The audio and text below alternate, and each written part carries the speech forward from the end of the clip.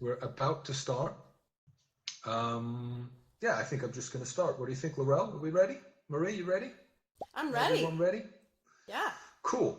Fantastic. Let's do this. All right. Well, welcome everybody to the monthly meetup with educators in VR. Let's have some emojis. Fantastic. Thank you. And just want to kick off like always. For those of you who are new, we often get newcomers. Lovely, lovely emoji fest. For those of you who are new, Educators in VR is really about exploring the base. Well, no, Educators in VR 101. That's one of the workshops we run. I should explain.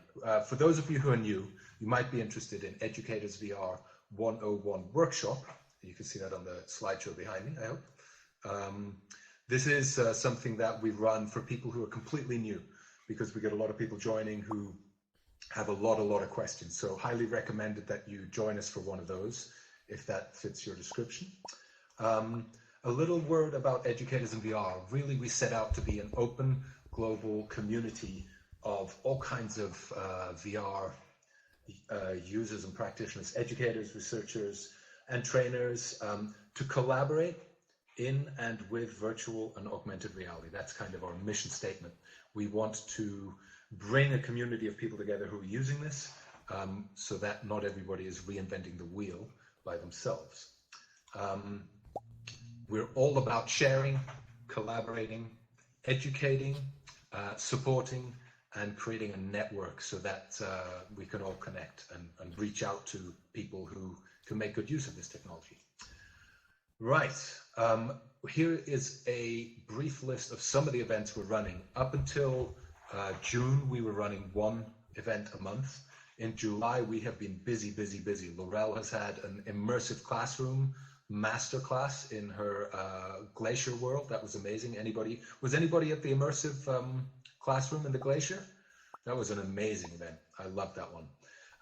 Then we also did our first Educators in VR 101 event, which will be followed closely by Educators in VR 201 and 301. So helping people make their way from the absolute first steps to kind of feeling comfortable and confident.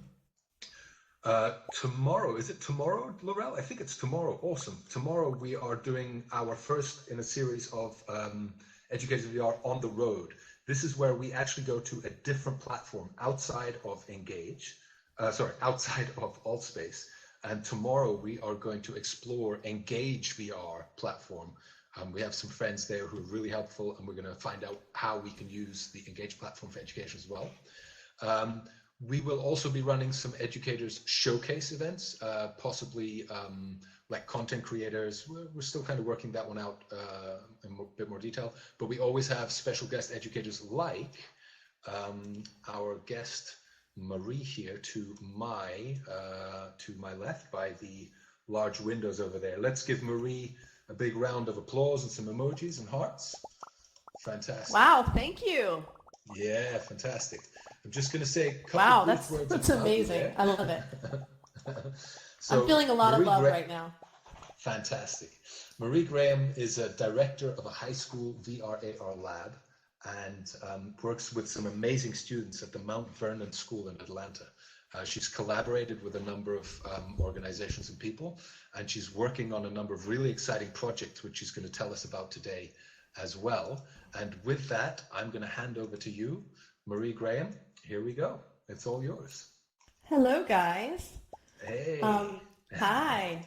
Where I want to start is I want to tell you that once upon a time in October 2016, I was with a large group of middle school students, and we were discussing refugees and immigrants. And as we began to talk about refugees, there were 60 million refugees in that year, and half of those were children. And for some reason, I just felt like I wasn't getting through to the kids. They're a great group of kids, and if a lot of you are teachers, you understand that age group in itself can be a little bit of narcissism. is a little bit prevalent, and in a good way because it's developmental, right? But I was concerned that I wasn't reaching the students. I went home that night in October, and I had gotten from the New York Times a an experience called The Displaced. If any of you have ever seen The Displaced, which is a 360 video, can you show me some emojis so I know? Has anyone seen that? Okay. So that was actually their first virtual reality experience that they released, which is pretty magnificent. And what it does is it follows 3 refugee children, one from the Ukraine, one from Sudan, and one from Lebanon. And it follows these 3 kids through their experience. And the next day, I was so excited to get to school, which is kind of my personality anyway. I get there, I have all the kids with these cardboards, which the New York Times had given out that year, in fact.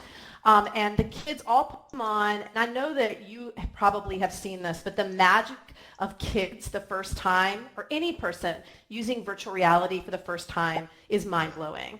It almost feels sacred. And the room was quiet, and I'm watching all of their faces, and then slowly the Google Cardboards come off. And what I noticed was magical, and not even being dramatic. I want to tell you that a couple of kids were crying.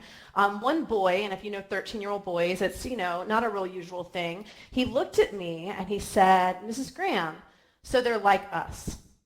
And it was that moment that propelled me with this technology. The language changed, the way they spoke to children, the way they spoke about these people changed. And I knew that there was so much power in this type of technology, and how do we do good with that technology? And that is the moment, it's very rare you can look back in your life and say, okay, so this is the moment where everything changed. But this is the moment that was life-changing at that moment.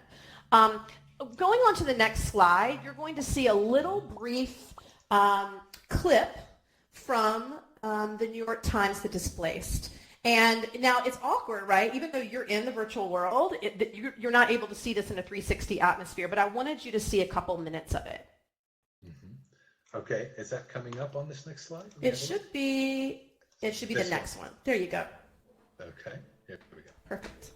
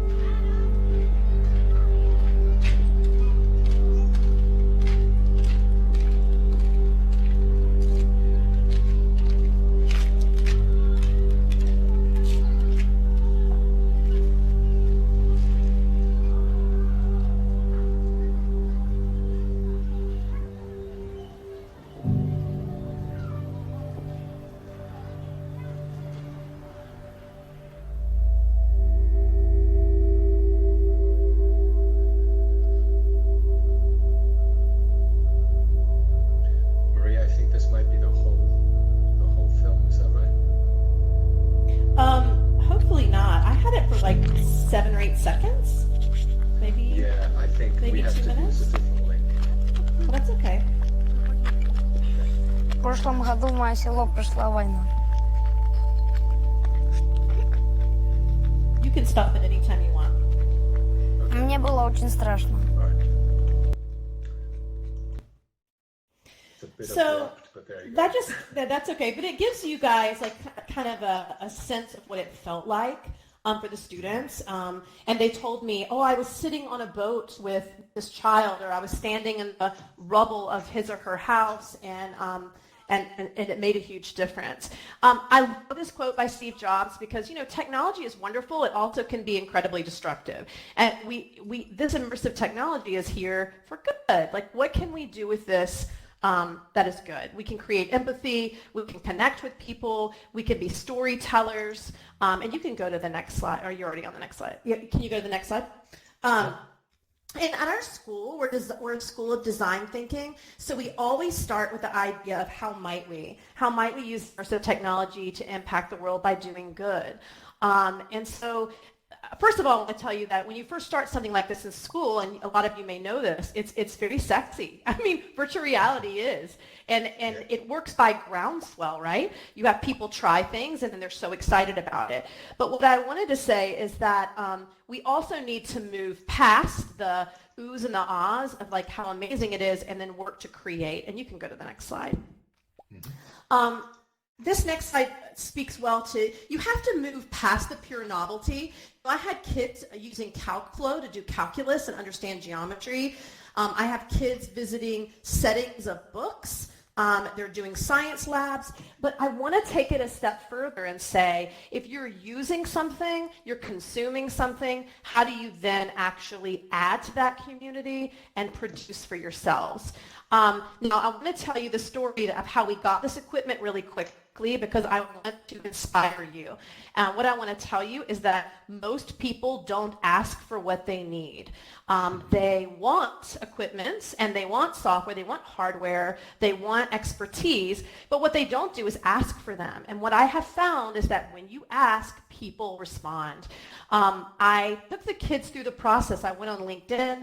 I talked to someone at Alienware. I went to the very top person I could find. Now, I didn't lie about knowing him, but I was very friendly. He might have thought he might have met me like at a party or something. I don't know. He's like, maybe I know her. And he immediately turned me on to this guy named Nick Savo, who was the head of Alienware at that time. And you're not going to believe they fully outfitted our lab. We got sponsorship through HTC Vive, through Oculus, and through Alienware. So the first thing I want to tell you here is that if you want equipment for your schools, go on LinkedIn, shoot high, not low. Start at the very top and work your way down. And people are generally interested in working with students. And you can move to the next slide. So I just wanted to show you some of my students and the fact that these kids, we started getting these boxes, and I mean, it was like raining VR equipment. It was so exciting. It was like Christmas every day. Now, the administrative assistants were not happy with me because these boxes were everywhere, but how amazing to get to use this equipment. And then the next slide. The Alienware, that's Nick Savo. If you go to the next slide, that's Nick Savo over, I guess, on the left from Alienware. These are my kids who are working on the project. One thing I want you to notice is that there is definitely a lack of diversity in this group, and they're the best group in the entire world. I adore them. But one thing you'll find, or I don't know if you have found, is that girls, a lot of times I noticed would not come into my lab. So what I did was I set up pop-up stations, and I did not ask administration. I just put them up and just hoped for the best.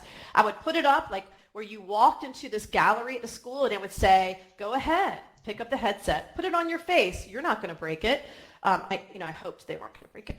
And then also, I would make sure this was available before school, after school. I would make sure it was available during lunch so that people who would not traditionally use this maybe would have the opportunity to. And now I've kind of grown the diversity of the group, which I think is important for perspectives. I want to also say that the lesson here that I found really quickly is that kids learn this stuff amazingly quickly. They just jump right in and do it. The first mistake I made was to try to teach kids a little bit at a time, and that did not work. It was much better to have the kids kind of move at their own pace. And you can go to the next slide.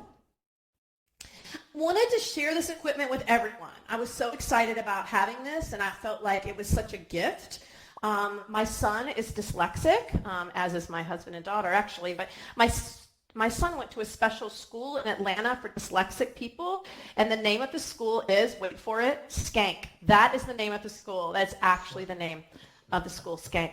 It's named for a man who started the school, but, So I thought, Well, so what if, there's a physicality of learning letters and phonics. So what if I take it to the school for dyslexics and I have them try it? And guys, it was amazing.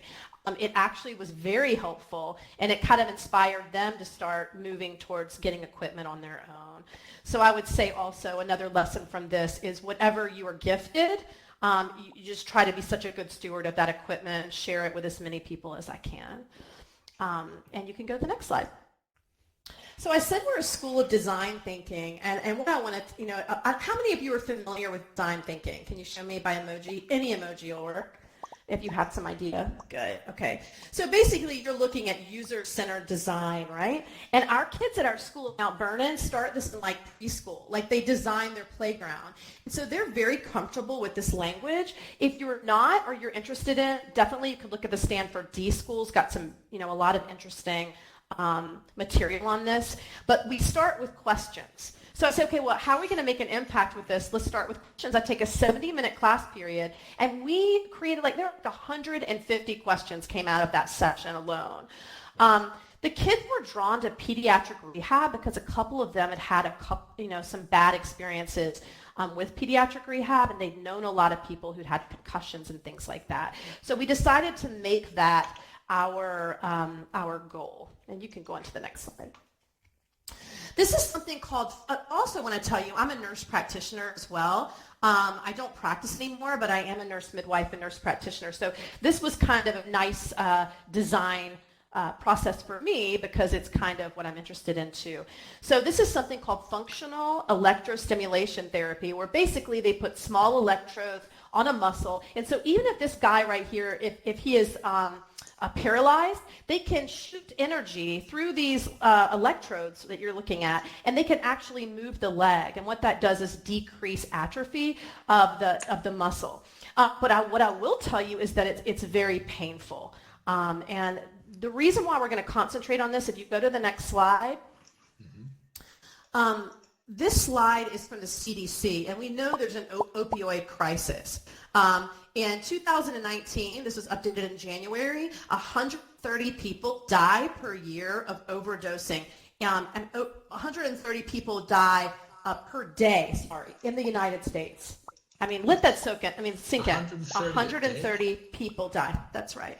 Oh OD. my gosh. And if you look at this, if you look at the chart, you can kind of see three different peaks. In the 1990s, people start writing prescriptions all over the place. That's kind of the first wave. And then the second wave, what you see is heroin becomes, because it's much cheaper than getting pills.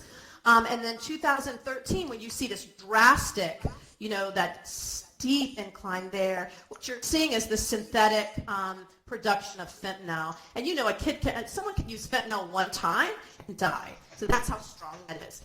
But why this is important is because there have been some new studies that say using immersive therapy like virtual reality for people who are going through rehab decreases their use of opioids, which is amazing. It decreases anxiety by about 50% and pain by about 40%. So we felt like this was, very important to pursue. And you could go to the next slide if you want. So the thing about the brain is it's the most powerful organ, but unfortunately it's the least studied. And there are two things that we know for sure. Excuse me. One is that pain is a phenomena of the brain. Pain is produced by the brain. And if you can hijack that impulse coming into the brain and spinal cord, you can literally move the pain away from the brain so people don't feel it. Now, something else that we know about the brain is that it doesn't multitask. In fact, it really doesn't even multitask well at all. And so, because we know this, that's a really good use of using virtual reality. Okay. And you can go to the next slide. Yep. So what do we do? Is this design thinking. The kids need to be with the users of pediatric rehab, or of course the patients and the healthcare workers. So they came in and did orientation right with us. And by the way, if you ask how I got this design brief for us, I just went on LinkedIn. I found who was in charge of pediatric rehab at Children's Healthcare of Atlanta, which is a huge hospital. They texted me, they emailed me back, and we were like ready to go in like 2 weeks. It's that quick. So again, the lesson there is don't be scared just to reach out to the people that you need to. They actually came into our school and did an orientation for us. And then they went and spoke to the patients. They interviewed them, and they were able to observe them. And you can move on to the next. The next slide is kind of cool because I probably should have gotten permission from the parents, I'll be honest with you, because we actually experienced FES. We hooked ourselves up to this, and we were able to experience what the patients experience, which is design thinking. And it was really uncomfortable. And the kids were even more excited to create something in VR for these children. If you see that tiny screen there, that little screen and just the part in the middle is what kids were using to distract them. And it was not working. The next slide kind of takes all that we learned. We talked to the pediatric patients, we polled them, and they told us they love oceans and games and festivals. They love color and surprises, and they hate feeling scared. And they're scared during these procedures. And these are 3-year-olds all the way to 18-year-olds. None of them are having a good time. And if you go to the next slide, this is what we learned from research. What did the kids learn during this? Oh my gosh, they read 45 PubMed articles. They learned that distraction and pain, these are things, and I know you don't need me to read them to you, but these are things that we know through research and immersive technology and with pain actually works. And so the next slide, am I moving too fast or am I okay? No, good. All good. Is this okay, guys? Okay. Yeah, good. I thought this would help you to see how we work in the classroom. As they research and learn, they put more things on this board. So whatever is up here when we're doing design and in Unity and Unreal Engine, whatever we're using this board to make sure that everything that we're doing is research-based. And also, administrators will often say to me, okay, well, what are they learning? Well, they're learning project management, they're learning collaboration, they're learning design, they're learning how to think collaboratively and creatively, and they're also really being ethical decision makers, which are, kind of keystones to our school. You can go to the next slide. Okay, this is what the kids decided to design, okay? They took all of that information and they decided to design a beach carnival. And what this does is it takes all those things with rhythmic motions. There's a Ferris wheel that moves in a circle. There are even small games where they can have agency, where they can play simple, like carnival games. And then, if you go to the next slide, the other side of the island is just pure peace. Underneath the ocean, there's even a pirate ship. There are fish. There are seagulls above. It is like magic. So if you want a kid just to be somewhere quiet, they can be on this side. And if they need a little bit more stimulation, then they can be on the beach carnival side. And that is what we designed. The next slide just shows you some of our students working on this. So if you see the island in her monitor there, that's like the first iteration of the island that we created, which is pretty exciting. She was pretty proud. She worked really hard. And you can go to the next slide. This is a kid who's actually coding and working on the VR project. What I want to tell you from the beginning is don't let the technology scare you. Kids can figure out anything. Just get out of their way. Honestly, that is the best advice I could say. So if they want to learn something, just sit them down and just tell them to do it, and then just encourage them and just kind of be their scribe on the side. Don't try to overlead them. They can do this. So clearly it's C# for Unity and C++ for Unreal Engine. And I had 2 coders. That was it. And even some of them were on a sharp. He did not know how to code before he did this project. Wow. That's Chris Hardy. I'm a huge fan of his. But he did a great job with that. They learn very quickly. Now, what I wanted to do, because we'll be winding down pretty soon, is I wanted to show you different design opportunities. How do you find these for your student? If you go to the next slide. So someone had contacted me about helping these kids in rural India, which is kind of cool. And so this is a little tiny town in rural India, a village called Muvalia. And this Indian philanthropist said he wanted to create a VR lab for these kids. And the first thing that I was concerned about is I don't want my kids going, oh, this is our fantastic life, let us help you. I really wanted it to be more level than that. I wanted us to be able to learn from them as well. And so we started working with this place in Muvalia. And can you imagine the international collaboration that's occurring between these kids and telling each other stories? Hello. So it's pretty exciting. So we're going to be working on that this year. And we even have an opportunity to possibly go to the school, which is pretty magical. Wow. And you can go to the next slide if you want. So here's another example. I went to a museum. I know all of you have places where you can go to museums. I went to a museum and I was like, oh, this house was built in 1839. It's Teddy Roosevelt's mother's house. How beautiful.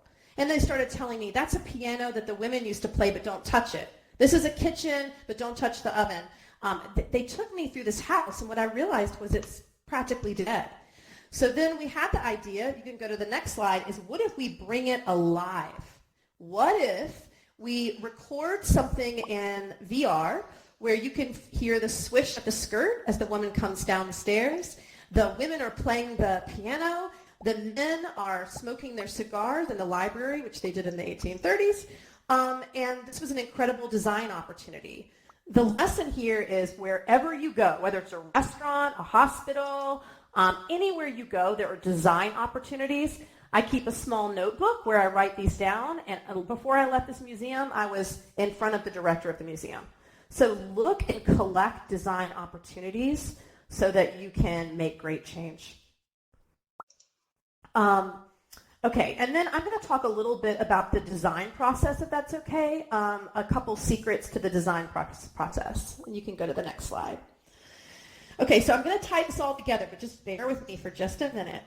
First thing I want to say is that there was an experiment done with dogs. How many of you have dogs? How many of you are like animal lovers, have dogs? Yeah? Lots of people. Okay. So it turns out dogs are way smarter than they were first given credit for. If you have dogs, you know this. So they would show them a white card and a black card. The white card was come here, and the black card was go away. And they showed them this over and over until they trained them. Now, what they did after that was they switched the black card to a gray card. And guess what? The dog still responded the same way. The moral to the story is that the essence to this was to look at something that was lighter or darker, not just black or white, but to understand the concept. Now, if you go to the next slide, this is Frederick Smith. He created FedEx, and someone asked him one time, well, why does what you do work? Why did that stick around the way it has? And he said, because I'm not selling mail. What I'm selling is peace of mind. The essence to his design was peace of mind, okay? And then go to the next slide. This is Arthur Charles Erickson. He teaches design, and he's also a global architect. He tells his students when they come in, what is the best way to stack and organize large objects? They spend weeks working on this, okay? But guess what the design that he's actually teaching them to do was how to design a parking garage. Now think about that for 1 second. The essence of it is how to organize and stack large objects. If they had started with a parking garage, guess what? It would have looked like any other parking garage. It's just the same way if I ask you, guys, I want you to design a bed. I bet you're going to use the bed that you already understand in your head, right? And so what I would say when you're talking about design is to start with the essence of the design and not the actual design project. That is something that I have learned that is pretty magical. And so think about that and try to use that when you're teaching design. And you can go to the next slide. Technology is messy. It just is. And I was not originally, hopefully it doesn't look like that for you, but you just get the basics. Don't get all tangled up. See what I did? The tangled up. I thought it was kind of cool. Don't get tangled up in all the technology. Don't get stressed out about it. If you are not a traditionally technological person, that is fine.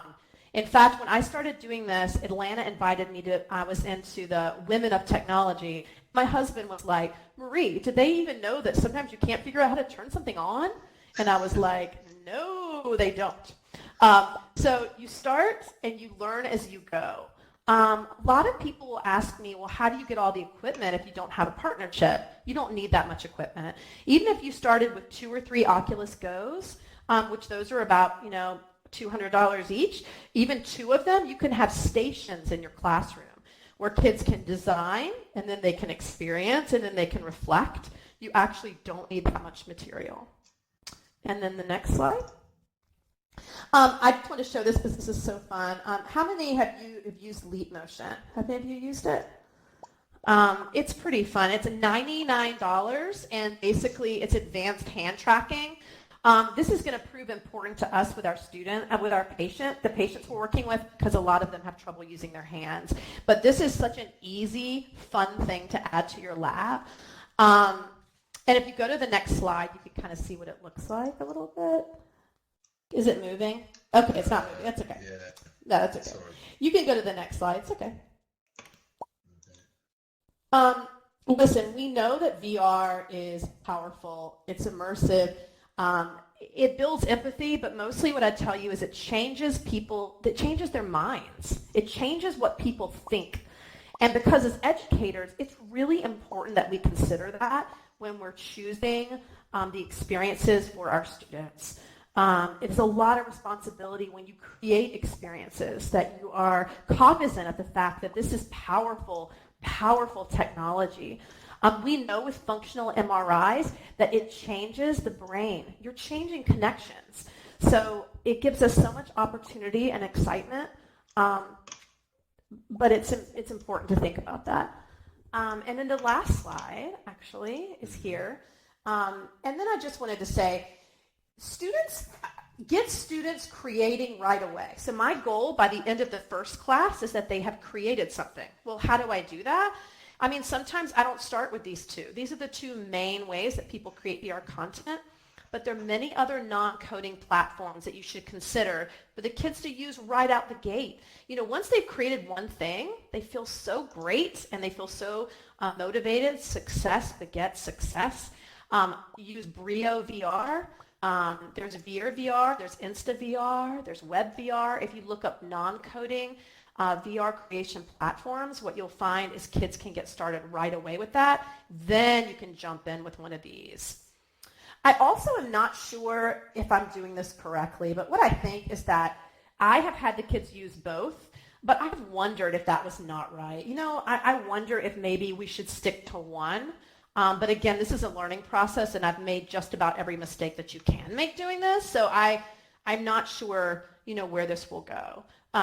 I am Marie Graham. You can always reach out to me on LinkedIn. You can email me, and I'm always happy to help you. This is a community, and we all have a lot to learn from each other. And that's all I have. Marie, wow, thank you. Emojis, everyone. That was amazing. Thank you so much. Thank you.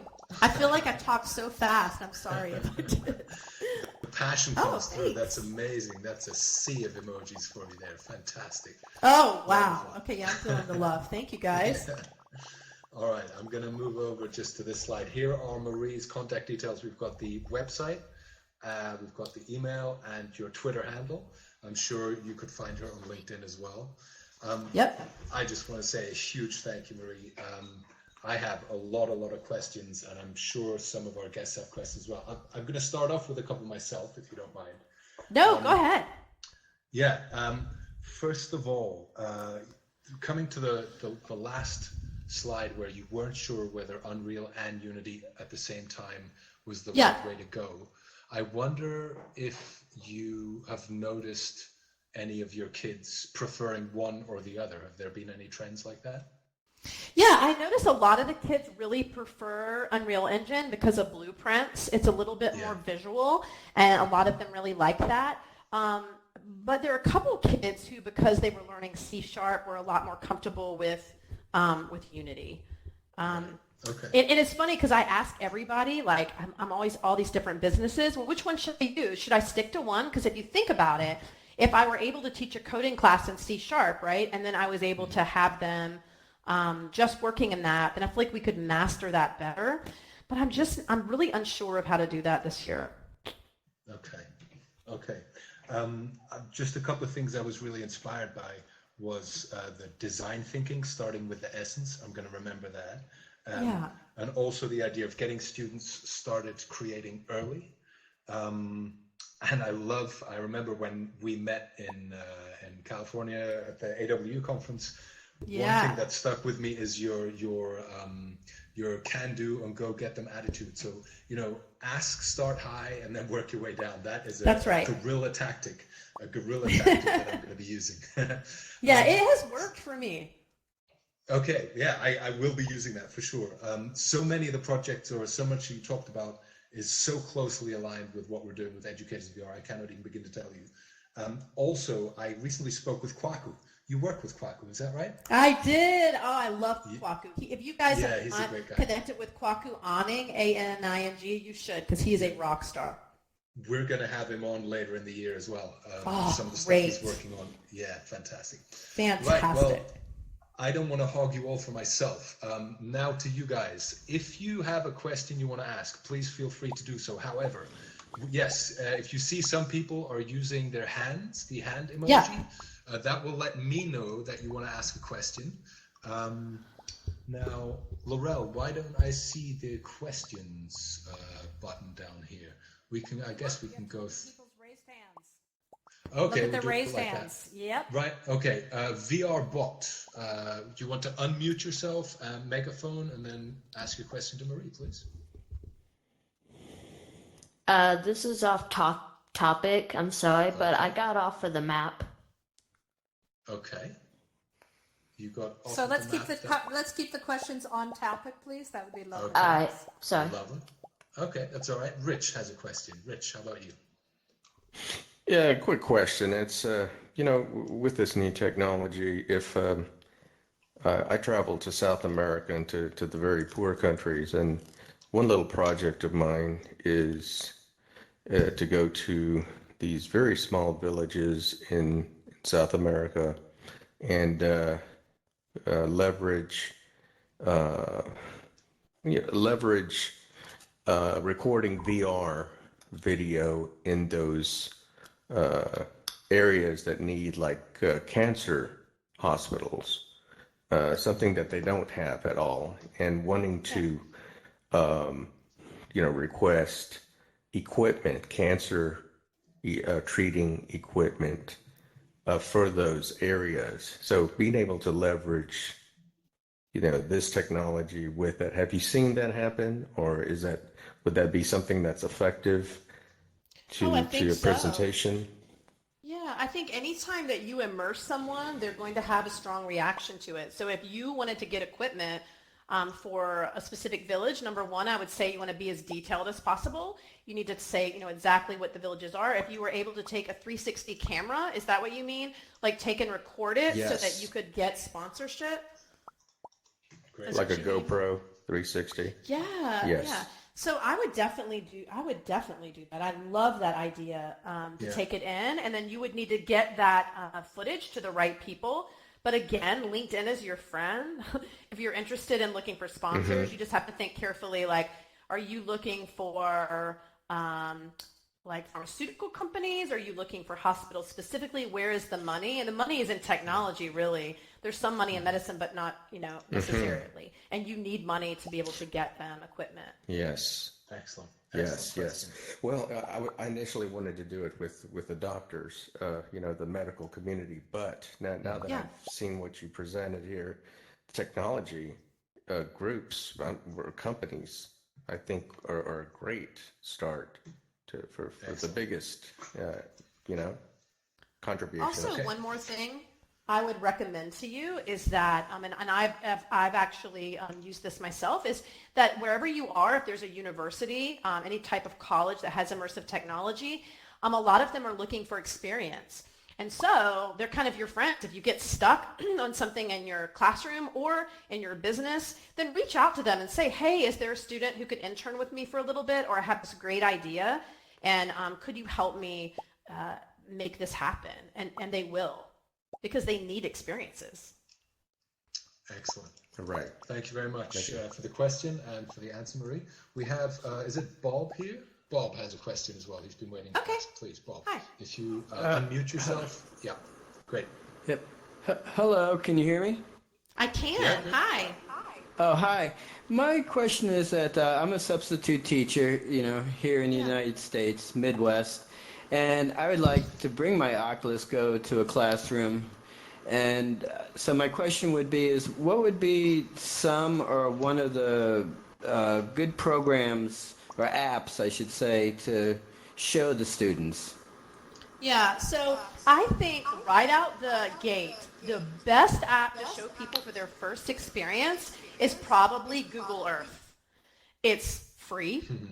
That's always a nice thing. And it is mind-blowing. And what I do when people are first using it, the first time they use it, is I just put them on a Google tour. And it's pretty magical, and it gets people kind of acclimated to what VR is. I think Tilt Brush is amazing. I always start with Google Earth, and we do Tilt Brush, and then a documentary. And what that does is it shows them, like, look, I can draw in 3D. I mean, when you show a kid they can draw a house and then stand in it, I mean, you show this to adults, and they're like, whoa. But I think that if you brought your Oculus Go, the thing you have to watch is that you have a browser in Oculus Go, and all they have to do is type in like VR and porn, and there you go. So you have to be really careful. There is something called kiosk mode that someone recently told me about, where you can kind of lock it down. It depends on the age you're working with, but these kids are very sophisticated with technology. And I work with high school students, so I'm always like, trying to make sure. Can I add something to that? Yes, please. Can I add something to that? Bob, did you say you have an Oculus Go? Right. In that case, for now, the Google Earth and Tilt Brush doesn't actually run on the Go. It runs on the Rift and will be coming to Quest. Yeah, which is unfortunate. With a Oculus Go, can I ask, Bob, what age are the learners you're teaching?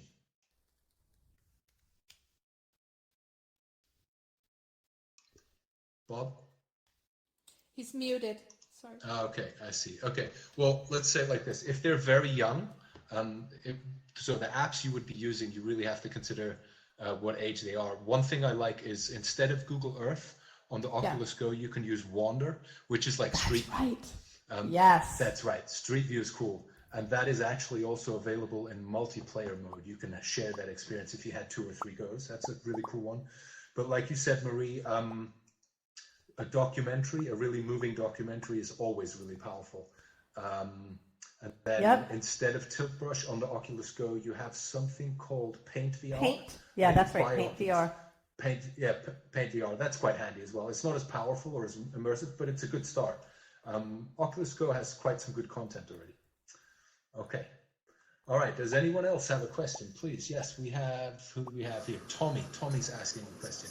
Unmute yourself, Tommy. Hi, thank you. First of all, great presentation. Oh, thank you so much. Yeah, it was really good. But yeah, it's not really about VR, but it's about teaching.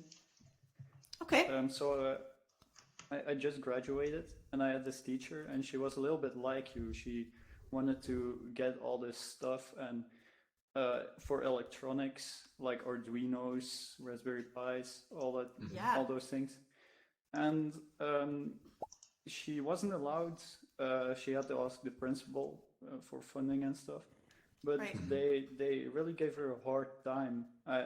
My question was, did you ever experience like people giving you a hard time with like pursuing your VR experiences in the classroom, and how do you deal with them?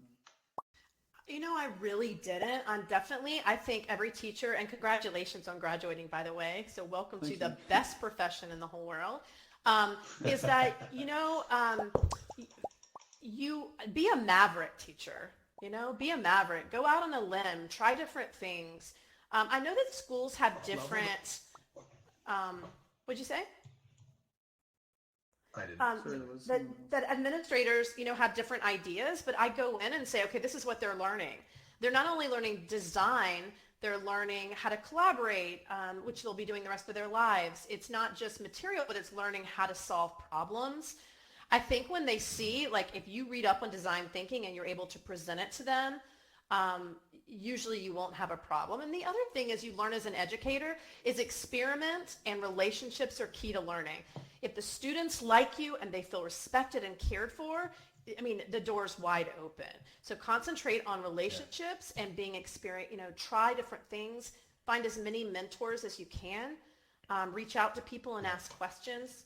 But I generally think you won't have a problem with this. Yeah. All right, thank you. Can I just say, Tommy, that's a good question. Actually, a question we get asked a lot. And we have a lot of resources on our Discord server. I'll be mentioning that in a minute. But between the events that we run here, we as a community live on our Discord server. We have a lot of resources and there's a lot of discussions. And you'll find a lot of people there either with similar issues or people who've come up with solutions. So please, reach out to the community. There are strategies for dealing with that, and that's actually something we get asked a lot. So we want to try and help people with that. Right, I think we've got time for one more question. There's some very keen. We've got another one, Rich, at the front here. One more question. Is that you, Rich, asking? Yes. I just have a totally separate question on my, work related. But I teach adults. I teach adults professionals over, whatever processes and that kind of thing. Do you think VR can be helpful in that scenario, that environment of adult education? Oh my gosh, yes. And the I mean, workplace? in fact, yes. In fact, at AWE, I was listening, and I know Daniel probably heard this too, but it's healthcare, entertainment, and training. Those are the three top industries using virtual reality. So using it for training and understanding is, it is off the chain. It is everywhere. So yes. Training is huge. Great for adults. Yes. Absolutely. Fantastic. Okay, well, thank you for all your questions. And thank you again, Marie, for the amazing presentation. Yeah, please, emojis and hearts and smiles and the lot. Throw everything thank you so at much. Marie.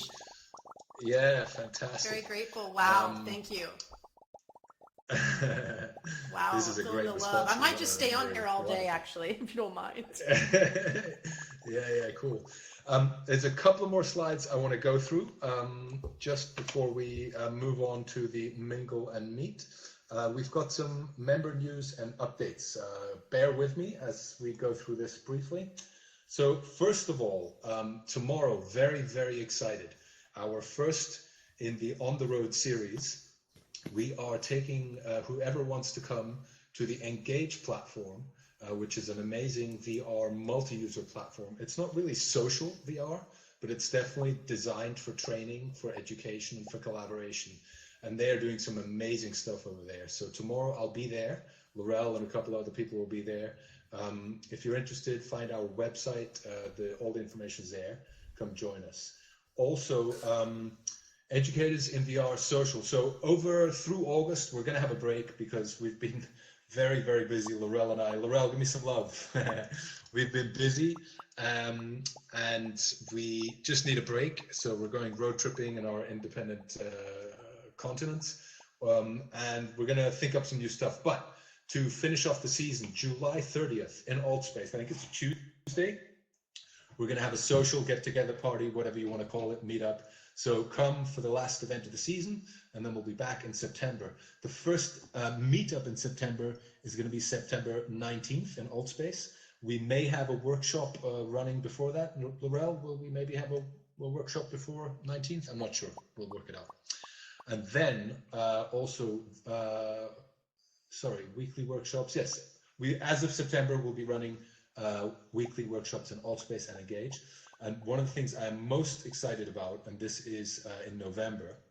November will be our 1-year anniversary, and we've got some pretty cool plans. We're going to have a virtual global summit. We have been speaking to a lot of speakers, leaders in the field, innovators. We've got a lot of people committed to joining us on panels and events and tracks.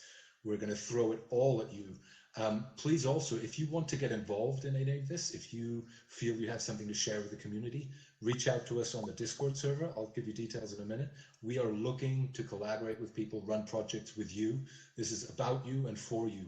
So please consider learning to run an event like either we're doing or be speaker at an event like Marie is doing. is so much easier than you think, isn't it, Marie? We had the first meeting here last 2 days ago, and now you just ran that whole presentation. It was like in at the deep end, but you did it, right? Yeah, no, it was great. I mean, I think that Yeah. you helped me a lot in that like 30 minutes beforehand, but it's not been hard. No, I appreciate all your The help. support.